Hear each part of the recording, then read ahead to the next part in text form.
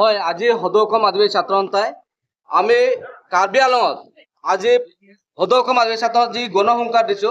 আজি গণসংকাৰত আমি জনজাতিকৰণ লগতে আদিবাসীসকলৰ মাটি পাট্টা দিব লাগে, বাগান বস্তি, আৰু লগতে আমাৰ আদিবাসীসকলৰ চাহ শ্ৰমিকৰ যিবিলাক কাম কৰা বাগানত কাম কৰা মা দেউতাসকলে এই মা দেউতাসকলক 551 টকা হাজিৰা দিব লাগে বুলি আমি সদৌ অসম আদিবাসী ছাত্ৰ সন্থাই আজি দাবী জনাইছো।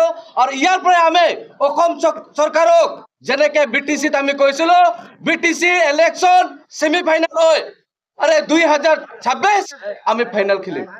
কাৰণ আদিবাসীসকলক 2016 পৰাই অসমৰ মুখ্যমন্ত্ৰী ভাৰতৰ প্ৰধানমন্ত্ৰী আমাক জনজাতিকৰণ দিম বুলি কৈছে, আজিলৈকে কিয় দিয়া নাই জবাব দিব লাগিব। আজি আমাৰ যি ট্ৰাইবেল এৰিয়াত যি 6 এৰিয়াত আদিবাসীসকলক কেনেকে সাফাৰ কৰি আছে, আমাৰ বড়োলেণ্ড এৰিয়াত কেনেকে সাফাৰ কৰি আছে এই অসম চৰকাৰে গম পায়। তথাপিও আজিলৈকে মাটি পাট্টা তো দূৰৰ কথা, আমাক মানুহ হিচাপে জীয়াই থাকিবৰ কাৰণে অধিকাৰ দিয়া নাই। 1996 আদিবাসীসকলে যি ঘৰ বাৰী হেৰাইছিল, এই ঘৰ বাৰী আজিলৈকে আমাৰ মানুহ ভালকে মাটিত যাব পৰা নাই, আজিও বেঘৰ হৈ ৰিলিফ কেম্পৰ নিচিনা আছে। এইটো কোনে জবাব দিব?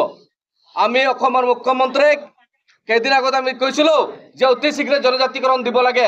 আমি 2 দিন আগত প্ৰেছ মিটত দেখিবলৈ পালো অকল 4 জনগোষ্ঠীকহে মাটি পাট্টা দিব, আদিবাসীক কেতিয়া দিব? আৰু গাঁও বাগান বস্তিৰ আদিবাসীসকলক কোনে মাটি পাট্টা দিব?